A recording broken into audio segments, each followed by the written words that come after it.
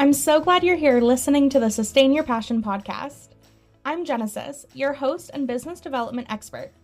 If you're ready to make a bigger impact and income while helping others, then you're in the right place.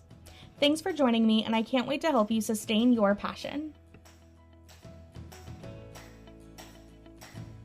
Hey everyone, welcome to this episode of Sustain Your Passion. Today I'm going to talk to you about some of my favorite ADHD-friendly social media marketing tips.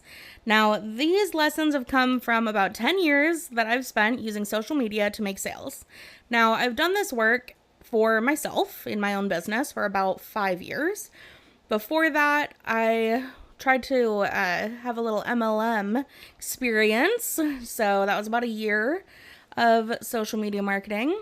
And then before that, or actually during that, I was running social media pages for the organization I worked for in higher ed. And then for about 2 years, worked for a housing company. So we sold leases for apartments and had to use social media to find new leads to fill our apartments. So have some experience there. And then also had a marketing internship a few years before that taught me how to use social media in a really strategic like brand rollout and offer like product rollout type of way. So I have been around on social media for a hot minute, used a lot of different people's accounts, like different organizations' accounts to grow them, to get more engagement, to get more community activity, as well as converting those new leads into clients. So for me though, I didn't find out that I have ADHD until I was 29, I think. Let's see, 28? I would have been 28, yeah. So that was helpful to learn. But now I can look back at all my experience and see like, oh, well, that's probably why, this part of that work came easier for me, or, that's probably why I did things this way or that way. So it's been kind of cool to get to look back and learn more about myself, even though I didn't always have my diagnosis. So because of that, though, I feel like when I talk about social media, I have to acknowledge that I have ADHD, because if you know anything about ADHD and neurodivergence, like, I think it's fairly common knowledge, but I don't know. I don't want to make assumptions. So it is very common in the ADHD community for people to know that when you have a neurodivergence like ADHD, autism, PTSD, OCD, etc., like there's a big long list of disorders that fall in line with the term neurodivergence. And I think that it's commonly understood that like that means that everything you do is through the lens of a person with your neurodivergence. So what I mean by that is like everything I've been doing on social media for the last 10 years has been as a person with ADHD. So I've engaged with these tools for my career professionally for 10 years as an ADHDer would. And so I think that's where I have the confidence and the experience to be able to talk to you about like ADHD-friendly tips. So it's not to say that, non-neurodivergent folks might not benefit from this episode, but I also just want to say that if anything I share is kind of like, oh my gosh, that sounds overwhelming, like it might be because I have ADHD. I don't know, but I would love to talk about that more. And if lessons from this resonate with you and you aren't currently diagnosed with ADHD, maybe start looking into the diagnoses more, because it's very confusing. And only a psychiatrist can like formally diagnose you, but you can always go look at the DSM criteria and figure out like if it connects for you.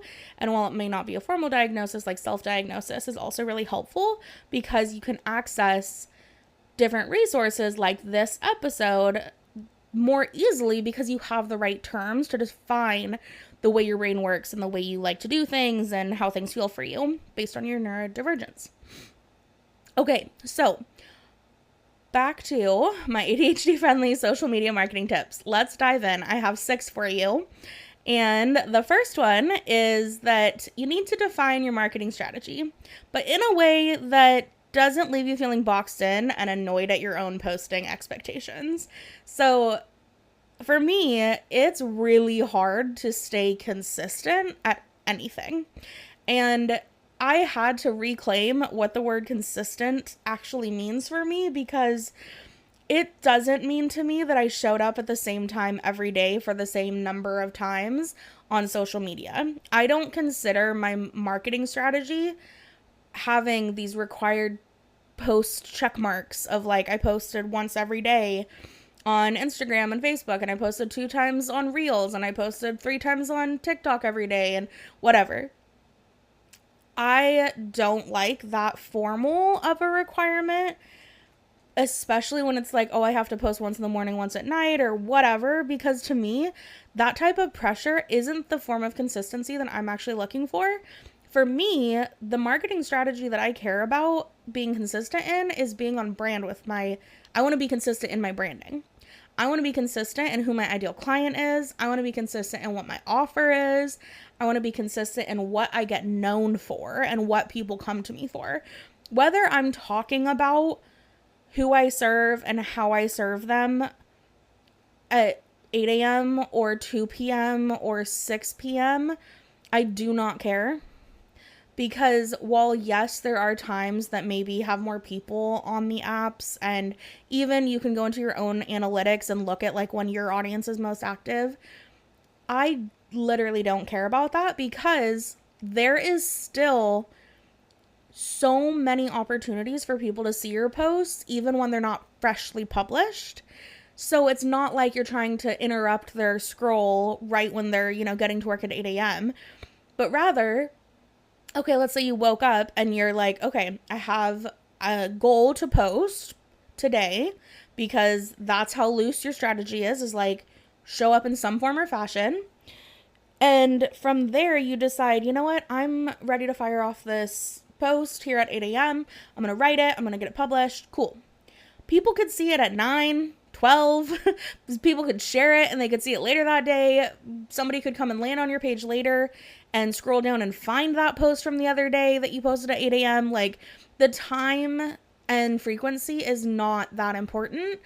And I think the thing that makes people really nervous about like trying to be consistent is that they're trying to stick to some arbitrary marketing strategy that is a posting schedule that, especially if you have ADHD, like you're probably not going to be able to follow, and your energy is not going to be perfectly aligned to whatever you predetermined for yourself when you were in a really high hyper-focused state and pounded out this marketing strategy with all of these goals about what time you're going to post and where and about what and all of that, just for you to then feel like, well, the fact that I posted at 8 a.m. about this topic that I'm excited about today that wasn't exactly what I said I was going to post about, like that becomes somehow less than and like not as good, when really like you showing up with the same message over and over again, regardless of when or where or the perfect frequency or whatever, is what matters. Because the more and more people hear you say the same things over and over again, the more consistent your brand becomes, because that's what they hear from you on repeat, versus you talking about everything under the sun, which apparently now that we have Threads, like, which is the new Twitter, we might be able to talk about everything under the sun. I don't know exactly where that's going to fit in my marketing strategy, but I just want to say that with this tip, like, yes, define your marketing strategy, but define it in a way that doesn't box you in and makes you annoyed at your own schedule, and that ends up making you feel like what you have energy for any given day isn't good enough. Know that your marketing strategy can be more focused on your brand and your offers and what you're talking about, and less about how you're talking about it or when, but more so that you are trying to create posts with specific outcomes in mind that are directly promoting you, your business, your offers, and inviting people to work with you. So I think a marketing strategy can be looked at through the lens of like a posting schedule and a content calendar, or through the lens of like, these are the topics I like to talk about and I will talk about them, this many times a week maybe, or once a day, or however you want to frame it. So I think there's a way to create a marketing strategy for ADHDers that isn't restrictive, but it takes an ADHD like friendly approach to not just push you into the, oh yeah, if I just get a new journal, if I just get a new calendar, then all my problems will go away and I'll for sure stick to it and be the most consistent version of myself I've ever been, like, because I have this fresh new calendar. Said every ADHDer with a million calendars, notebooks, and agenda books rotting under their desk right now because, yeah, we use it for a week or two and then we're like, nah. So just think about that in terms of what your actual strategy is. Consider your goals for consistency and what that really needs to mean for you and your brand. My guess is that it has nothing to do with the day and time or platforms, and it has so much more to do with your mission, your offers, and your messaging. So give that a thought. I think that it is a much more effective approach to social media marketing, especially with ADHD. Okay, tip number 2 is writing captions that call in your ideal clients without sounding creepy or like an icky salesperson.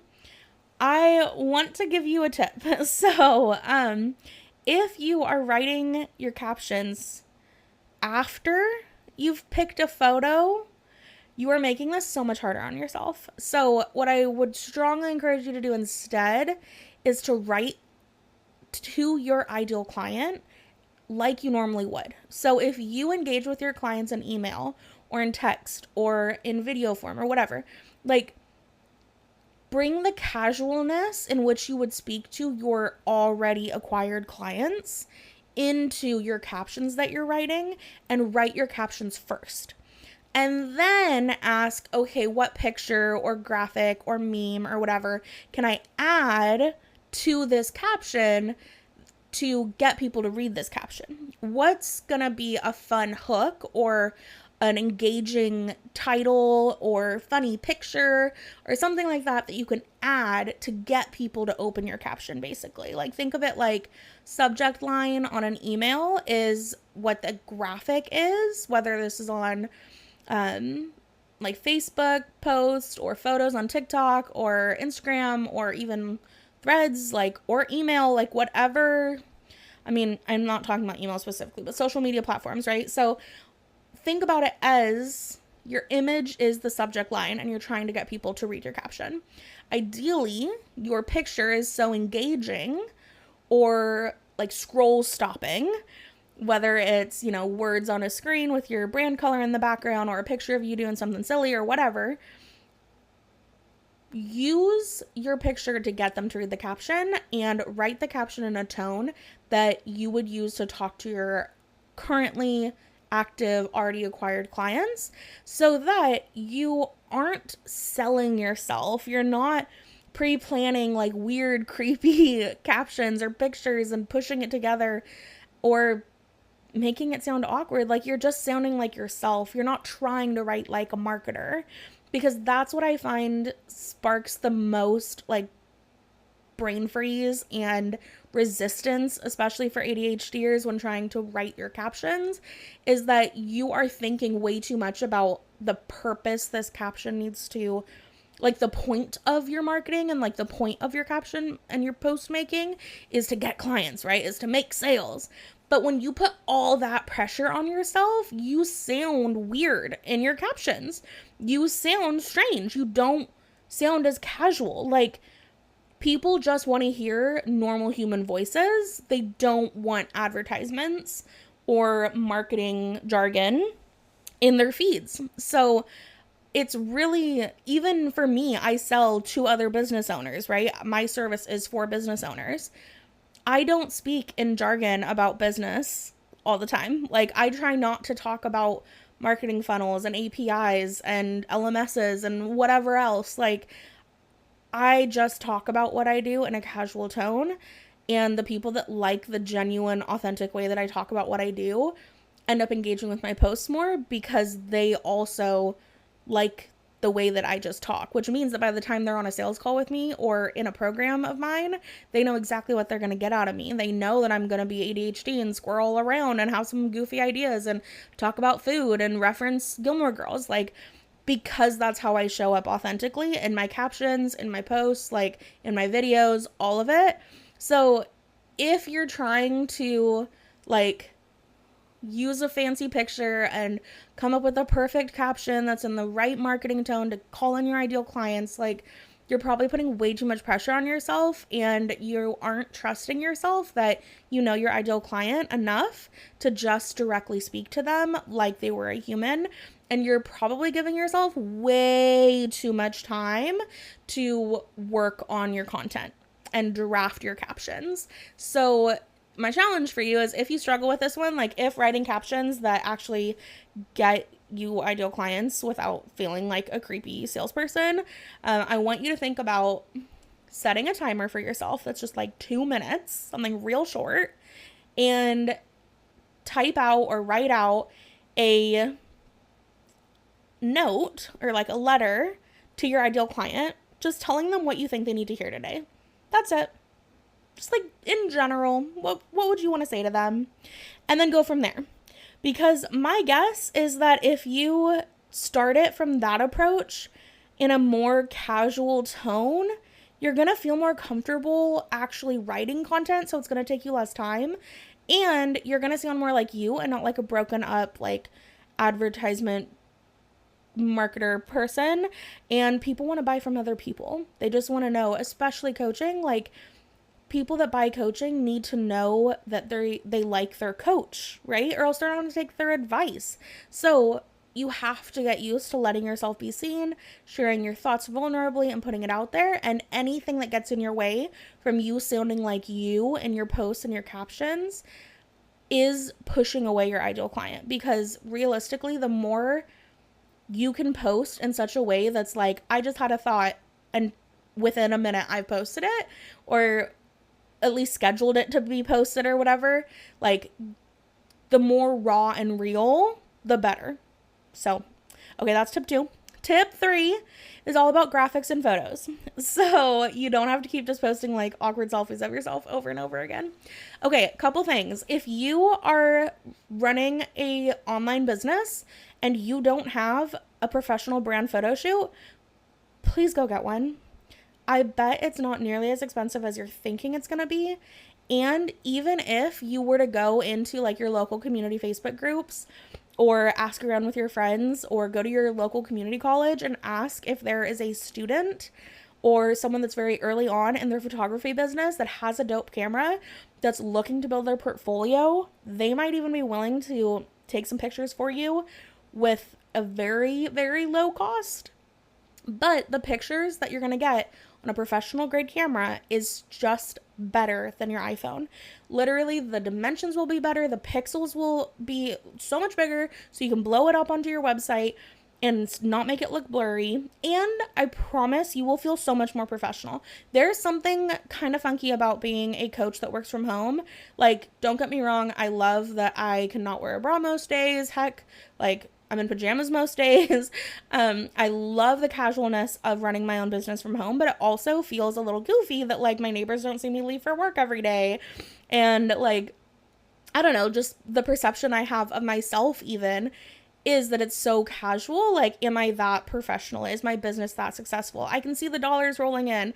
I can see my clients on my calls. I can see my calendar book up. I know that I'm doing good work with people, but it also is really hard when you don't have something to show for your work, especially when your work is non-physical, right? So I could be sitting there with my coaching client and somebody could take a picture of that, but you can't see what my product is in that, right? You can't see the fact that I just asked the most like earth-shattering question that totally flipped their thinking on their head and moved them forward and is freeing them to actually like show up in the marketing more authentically so they get clients. Like, you can't capture that in a picture, like in a product photo, right? Like you would if I was selling plants or pizza or whatever. Like, there would be a physical product for me to take a picture of and then post about. But if it's just you over and over and over again, like, why not invest in the fact that you are selling your products, which is your coaching, right? You are selling your brain and you. So it's like doing a brand photo shoot is the same as doing like a product photo shoot. But when your brand is literally you and your knowledge, you get to take like fun slightly elevated at home pictures. It's so cool. And if you run your business from home, like literally you could get a photographer to come take pictures of you at your desk, in your yard, with your dog, reading a book, journaling, like talking on your phone, whatever you want it to be. But it is worth it. I promise. Your website will look better. Your socials will look better. You'll feel more confident because you have this like physical representation of you doing work versus like it's all in your head all the time. It's very cerebral, and it's like unseen. So just go get a brand photo shoot. I promise it's not going to be that expensive. I think my first one was like $200 and I got a shit ton of photos. So look into it. Please, please, please look into it. And then you don't also have to be taking pictures of yourself like every day or every week even, because you can just use the same photos from your brand photo shoot over and over again because they will be slightly different. And also change your shirt as many times as they'll let you. That's another tip for you. Okay, the other thing about pictures and graphics, you need templates. So I have always had templates in my Instagram's posts and in my Facebook posts, and it is honestly, I would say the thing that this year I have committed the most to, because I took a marketing class last fall. I started it, and Jenna was on my podcast earlier, so you could go back a little bit if you want to hear from her. But Jenna is the person who like hardcore got it through my head. Like templates are what will make you post faster. And I love that lesson so much from her because now my Canva is so much more simplified. It used to be that I had this belief that like, okay, I want to post this idea on Instagram or on Facebook. So I'm going to go open Canva, go make a new design, pull in my colors, pull in my fonts, because, you know, I don't pay for Canva Pro. And so then I'm going to come up with some design. Maybe I'm going to look at the templates, and that's going to take me probably 20-30 minutes to pick out a design. When now I have my templates ready, and rather than creating like 5 templates for the same type of version of a post, I have one. So anytime I want to say something just like short, punchy, sweet, like whatever, some kind of affirmation or something, I have a post style for that.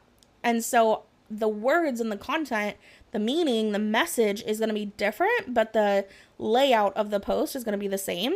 So I save a ton of time creating those graphic images that then I can go use in my posts. So this is a great ADHD tactic because you probably have all sorts of thoughts all the time. And something I hear a lot from ADHD business owners is that they have so many ideas all the time, but then when it comes time to sitting down to write content, because they've been told probably by neurotypicals to batch their content, sit down once a week, get all their content ready, etc., that then all of those fun ideas from the week are gone. Now, here's the ADHD hack here. While you have the idea, go put it either in a note on your phone. So open up the Notes app and like make a note there called content inspiration or something. Or go use your template in Canva, make the visual while you're thinking about it, save it, and then when it's time to schedule your post, then go schedule that post. But don't try while you're like out to dinner or getting out of the shower and you just had a cool thought you want to share in your post. Like, don't try to do everything all right then, or assume that you'll remember that great idea when it's, you know, Sunday night and you're scrambling to schedule your post for the week, because ADHD brains don't work that way. So when you have the idea, capture it in a way that feels good to you, and know that templates in Canva to make your graphic images are one of the best time savers I've found.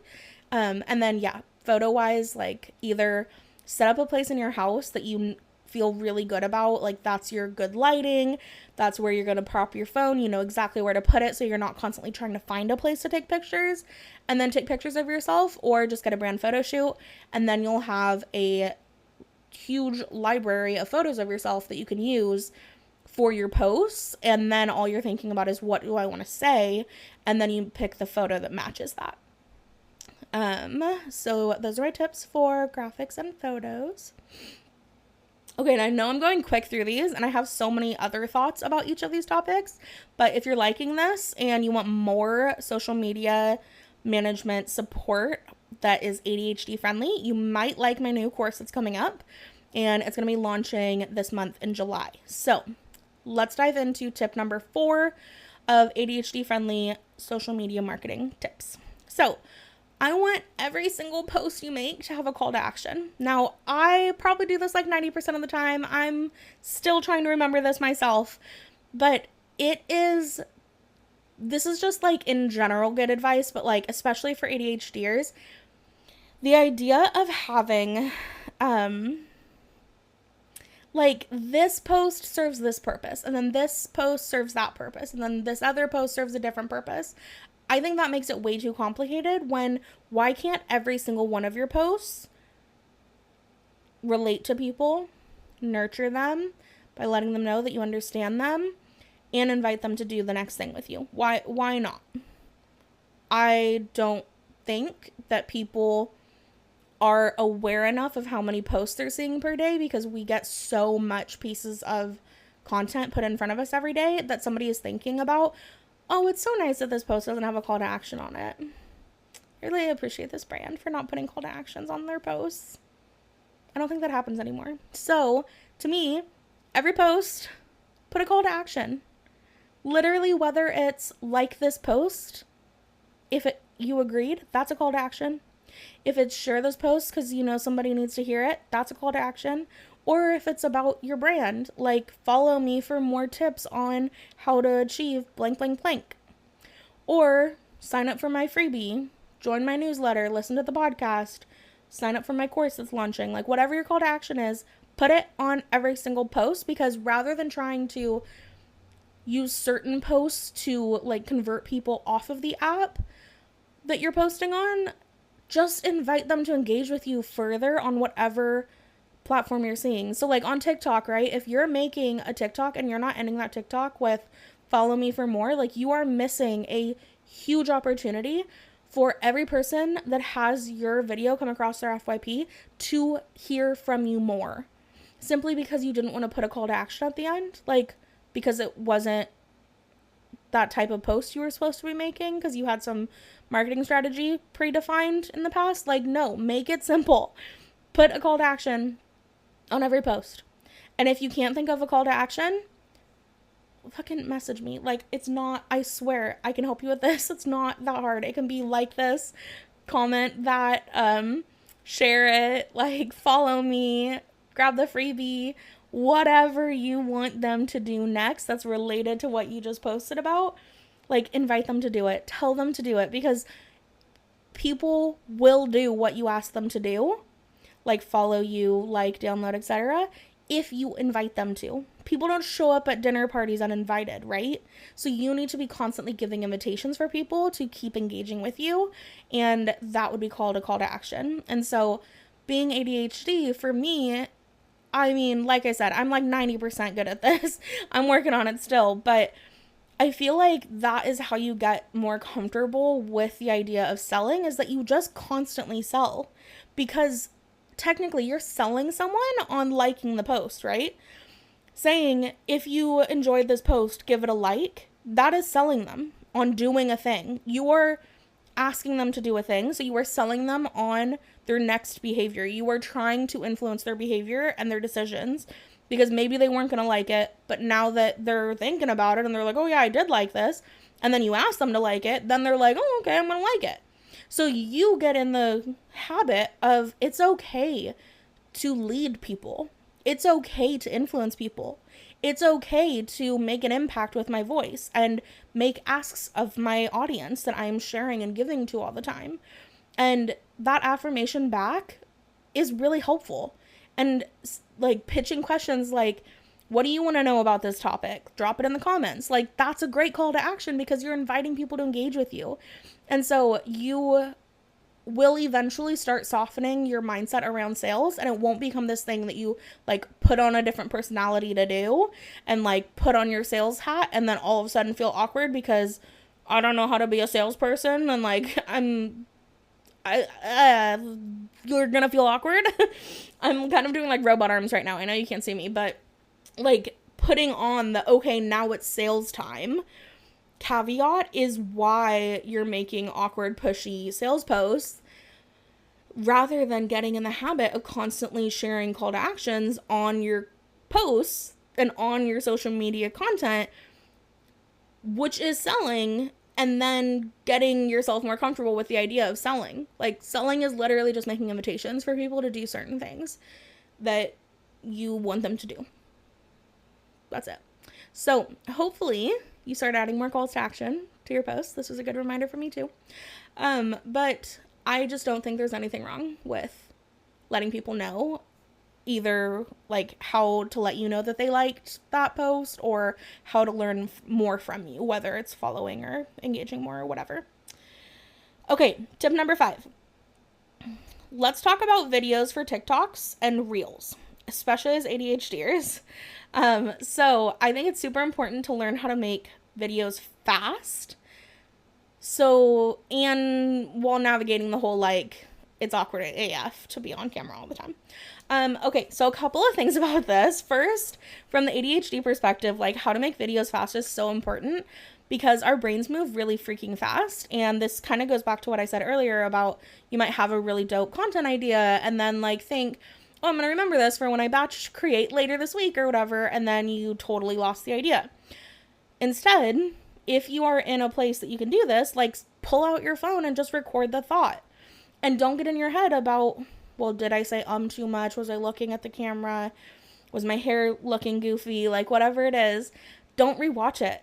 If you're going to nitpick yourself, just don't rewatch it. Just pull out your phone, record it, and move on with your day. Just the same as if you were sitting across from a client and you said something, you wouldn't be able to stop and be like, what did you think of that? Did I record that okay? Was I looking at you right? Like, did my hair look nice? Did I say too much?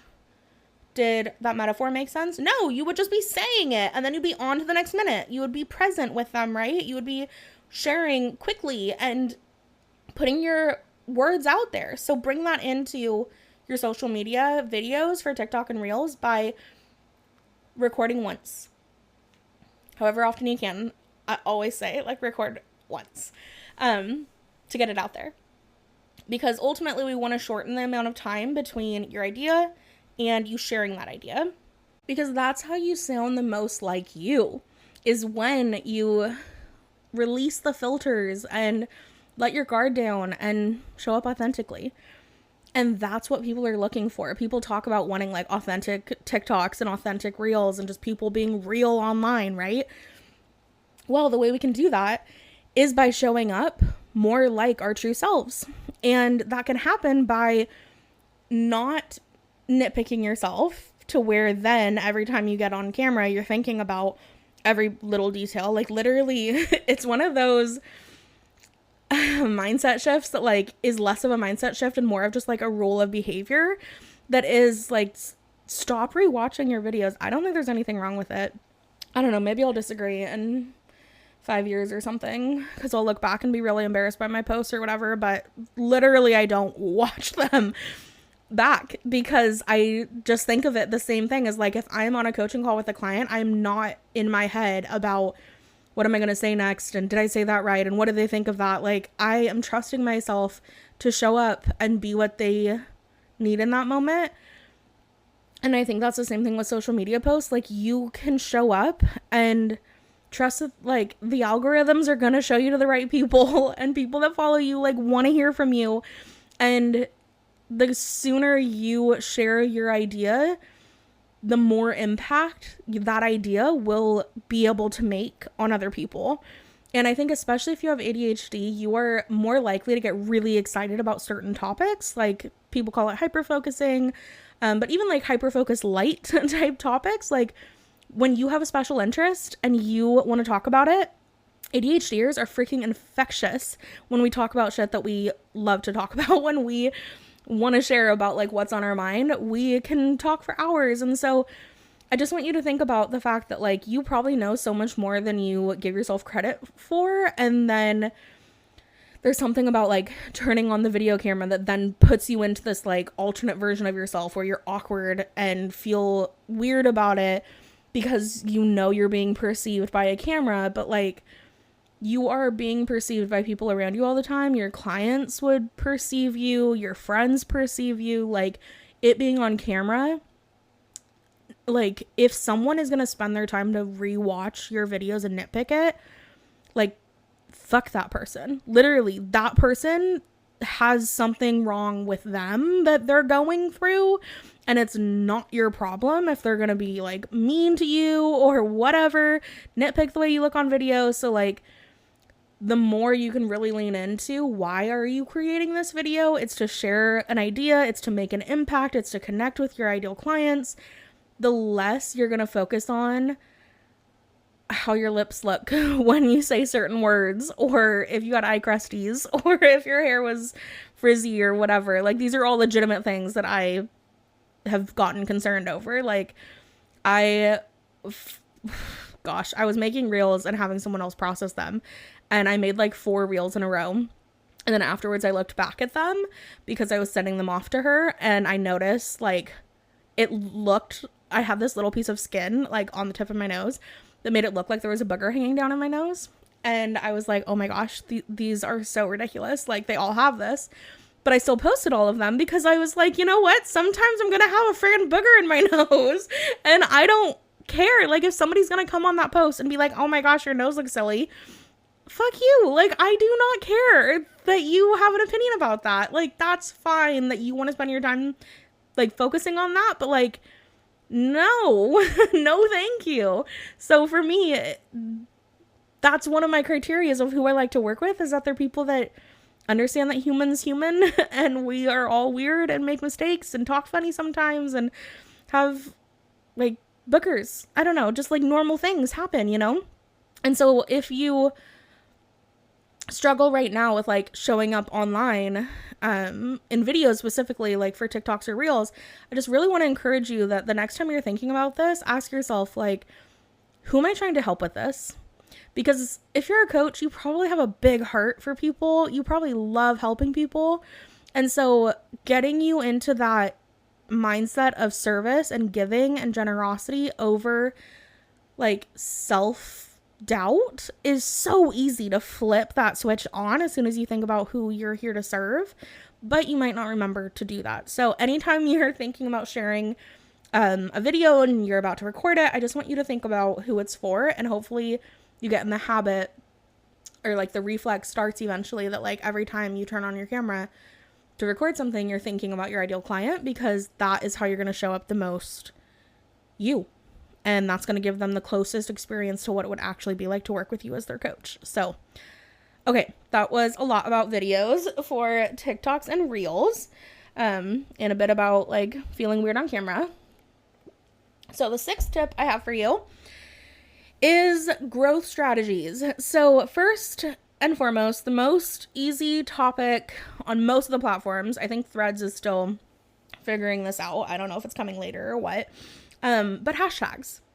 Hashtags on your Instagram post, your Reels, your Facebook posts, your Facebook Reels, your Instagram, nope, not Instagram, your TikToks, whether they're video or photos, all matter. Oh my gosh, and Pinterest too. If you're not using Pinterest for like your static blogs, that's a great place to post for like long-term growth of your business. Excuse me. But it's not gonna return very quickly. It's a slow growth for sure. But okay, so hashtags. I get a lot of questions about like, well, how do I know which ones to use, and like how do I find my right people? I want you to think about, what is your ideal client looking up on hashtags right now? Because hashtags are basically like, I picture physical folders in a filing cabinet, and your hashtags are telling the filing cabinet where to file your post. If your post was like a piece of paper, like where to file that piece of paper away into. And then the hashtag would be the folder within the filing cabinet that like your post, along with everybody else's posts that were about that topic, were filed away in. So then when somebody comes around and searches for that hashtag, they can just pull out the whole folder and see all of the posts within it. And with that in mind, think about, if you're trying to get in front of your ideal client, what are they going through on the before client journey, right? So What are they thinking, feeling, looking up on the internet, trying to figure out before they join your program? Solve those questions for them, give them those answers, and on those posts in your social media marketing strategy, use hashtags that speak to their pre-client journey. So for me, most of my clients and my ideal client is brand new. They've probably never made a coaching sale for more than a couple $100 at max. They don't have a sustainable system for working with their clients, scaling their business, or really even like what they offer isn't super clear yet. And they're definitely not making like the consistent 5K plus a month that they really need to be able to keep working in their business and keep growing it and really know that it can provide for them. So I'm not going to be using hashtags like 6-figure coach. My client is not thinking about how to grow to 6 figures yet. She's just trying to make her first sale. So I might use a hashtag that's like selling online, new coaches, new entrepreneurs, something like that, right? I'm going to zoom in on my ideal client's current needs and current reality and current identities and use those hashtags. And then a couple other things that you can do beyond hashtags is collaborations. So you can get to know people in your field or in adjacent fields that are similar. Maybe you serve the same kind of client. So for example, I don't do brand photography, but a brand photographer would be a great person for me to collaborate with because they're probably newer in their business if they're getting their first brand photography shoot. And they might have some questions about marketing and sales now that they have their branding really clear. Or they may feel really lost about what to include in their brand photo shoot because they don't really know what their business brand is or what their offers are. And then we could, work with each other, for example. But that's why I'm going to zoom in on the questions that they're trying to answer and not looking at like where they want to go in 5 years, right? I want to be really specific in my hashtags, but in my collaborations as well. And then something else that I think people sleep on all the time is your analytics. So to grow, you already have data that you may not be leveraging. So if you were to look back at your last 9 posts, even just go look at your feed on Instagram, your last 9 posts. Or if you were to go look at your last 3 TikToks or, 5 or 6 Facebook posts, whatever. I want you to look at which post did the best by 2 ways. First, likes. Second, engagement. So comments, shares, messages to you. And then learn from that and use the insights that your audience is already giving you to continue growing by doing more of what's working.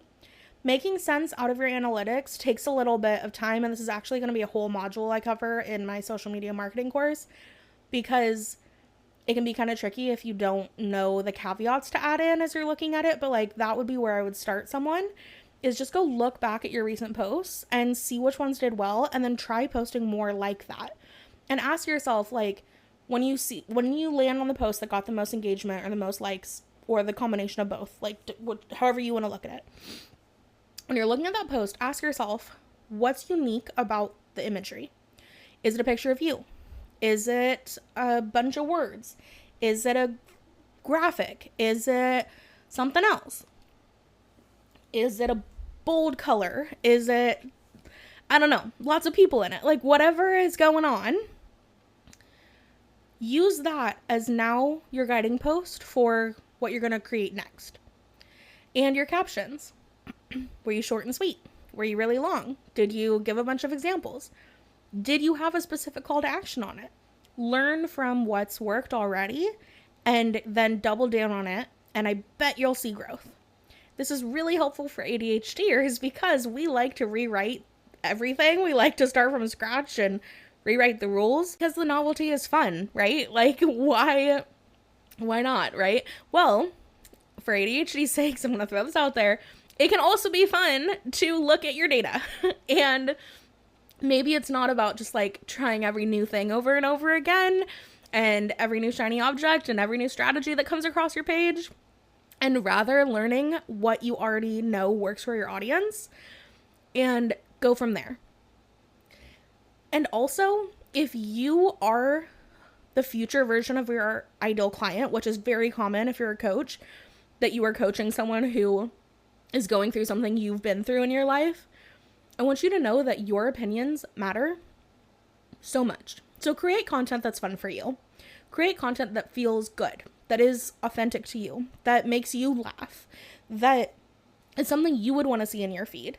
And watch how quickly you start getting clients that are like, holy crap, dream clients, because you are calling them in by showing up as your true self. All right, if you liked these topics, this was my crash course in ADHD-friendly social media marketing tips. But like I said, I have a whole course coming out. It's going to be going into all of these 6 areas in detail and walking you through exactly what I would do in every area, giving you specific activities to do to improve your social media marketing strategy in a way that actually works with you and your brain and is designed by you and not a copy-paste plan at all, but is actually used to maximize, but is actually developed in a way that maximizes your strengths rather than trying to fight against your ADHD and like be mad at yourself for not being consistent all the time and posting when you said you would or posting about what you thought you had to.